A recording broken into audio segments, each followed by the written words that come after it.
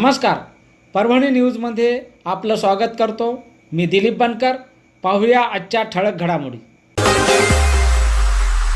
हमदापूर घटना प्रकरणी 16 जणांवर गुन्हा, 6 जणांना अटक. दलित कुटुंबातल्या मुलींची छेडछाड. मानवत. अल्पवयीन मुलीची छेड काढल्याचा जाब विचारल्याच्या रागातून एका कुटुंबावर हल्ला केल्याची घटना तालुक्यातील हमदापूर येथे 18 जानेवारी रोजी घडली. या प्रकरणी मानवत पोलिसांनी 16 जणांविरुद्ध अॅट्रॉसिटी, पोस्को आणि खुनाचा प्रयत्न केल्याच्या आरोपाखाली गुन्हा नोंद केला आहे. यातील 6 जणांना अटक करण्यात आली आहे. आरोपीमध्ये कृष्णा ज्ञानोबा शिंदे, हनुमान ज्ञानोबा शिंदे, जितेंद्र हनुमान निरवळ, जितेंद्रचा भाऊ आदित्य दिगंबर निरवळ, सचिन लाडाने, उद्धव कारभारी शिंदे, बिभीषण आसरोबा शिंदे, बळीराम विश्वनाथ शिंदे, रामेश्वर दिगंबर शिंदे, बाबूराव कृष्णा शिंदे, मंगेश भगवान शिंदे, नारायण भास्कर निरोळ आणि महाराज मनोहर शिंदे, सर्व राहणार हमदापूर, तालुका मानवत यांचा समावेश आहे. यातील 6 आरोपींना अटक करण्यात आली असून उपविभागीय पोलीस अधिकारी दीपक कुमार वाघमारे या प्रकरणाचा तपास करीत आहेत.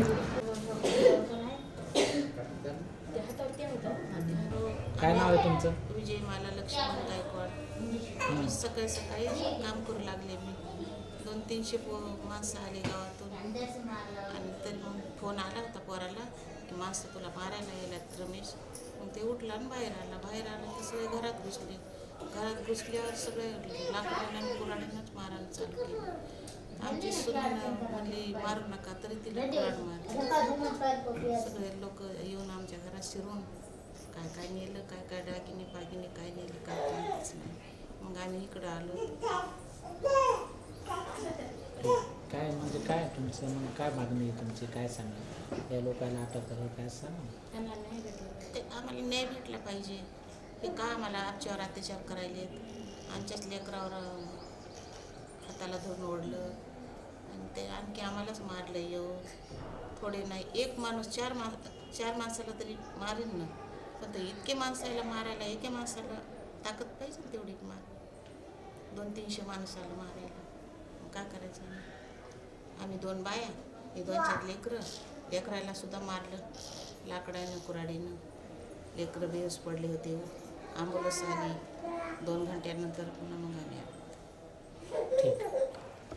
माझं नाव दिशा रमेश गायकवाड. मी आता 10वीची विद्यार्थिनी. मी नळावर पाणी भरत असताना एक सुदर्शन शिंदे नावाचा एक मुलगा होता. त्याने माझा हात पकडून मला त्याच्याकडे ओढण्याची कोशिश केली, पण मी त्याचा हात झटकून माझ्या पप्पाकडे पळाली. माझे पप्पा शेतात काम करत होते तेव्हा मी पप्पाकडे पळाले. पप्पाला सांगितलं सगळं. पुन्हा पप्पाने घरी घेऊन आले मला. पुन्हा घरी सगळ्यांना सांगून पुन्हा पप्पा म्हणले मी त्या मुलाच्या घरी जातो, त्यांना समजून सांगतो. पुन्हा माझे पप्पा त्यांच्या घरी गेल्याने माझ्या पप्पांना त्यांनी खूप बोलले आणि म्हणत होते की आमचा मुलगा असं करू शकत नाही. तर माझे पप्पा म्हणले, मग माझ्या पप्पाने एक चापट मारली त्याने केलं म्हणून. मग पुन्हा मारली. पुन्हा मग ते म्हणले तुम्ही त्याला चापट कसं काय मारली त्याच्या पप्पाने. तर मग माझे पप्पा म्हणले मी पोलीस कंप्लेंट करणार आहे. पुन्हा तेवढं मग ते म्हणले तुम्हाला जे करायचे ते करा. पुन्हा माझे पप्पा घरी आले. पुन्हा माझे पप्पा पोलिसांकडे गेलते. मग मानवतला गेलते पोलिसांकडे. पोलीस म्हणले मी थोड्या वेळाने या. मग पप्पा म्हणले होते माझी सकाळी येतो. पुन्हा मग सकाळी माझे पप्पा निघणारच होते तेव्हा त्यांनी आमच्यावर हल्ला केला. 200-300 लोक होते. कशाला मारलं त्यांनी? लाकडांनी, कुऱ्हाडीने, दगडांनी. किती जण होते घरात? 7-8 जण होते. सगळ्याला मारलं?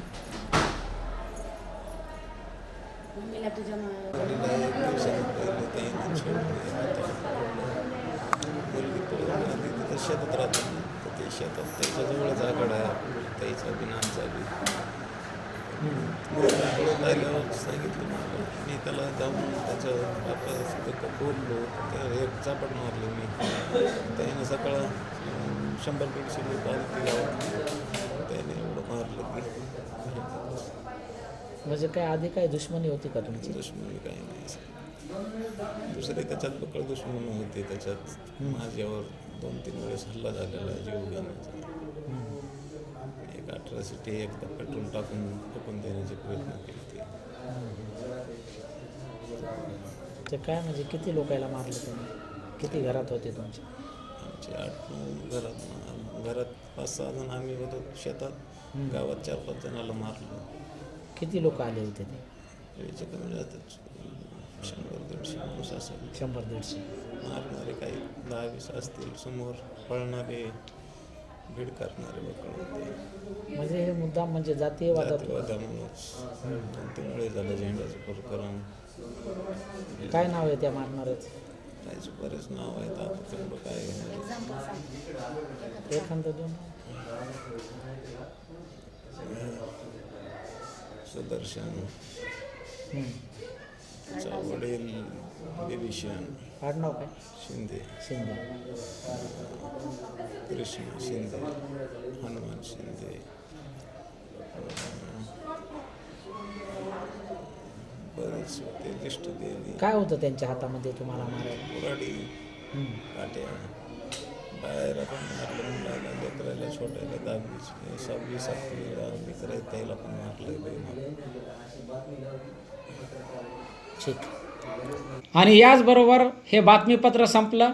पुन्हा भेटूया पुढील बातमीपत्रात. शहरातील ताज्या घडामोडी जाणून घेण्यासाठी पाहत राहा परभणी न्यूज.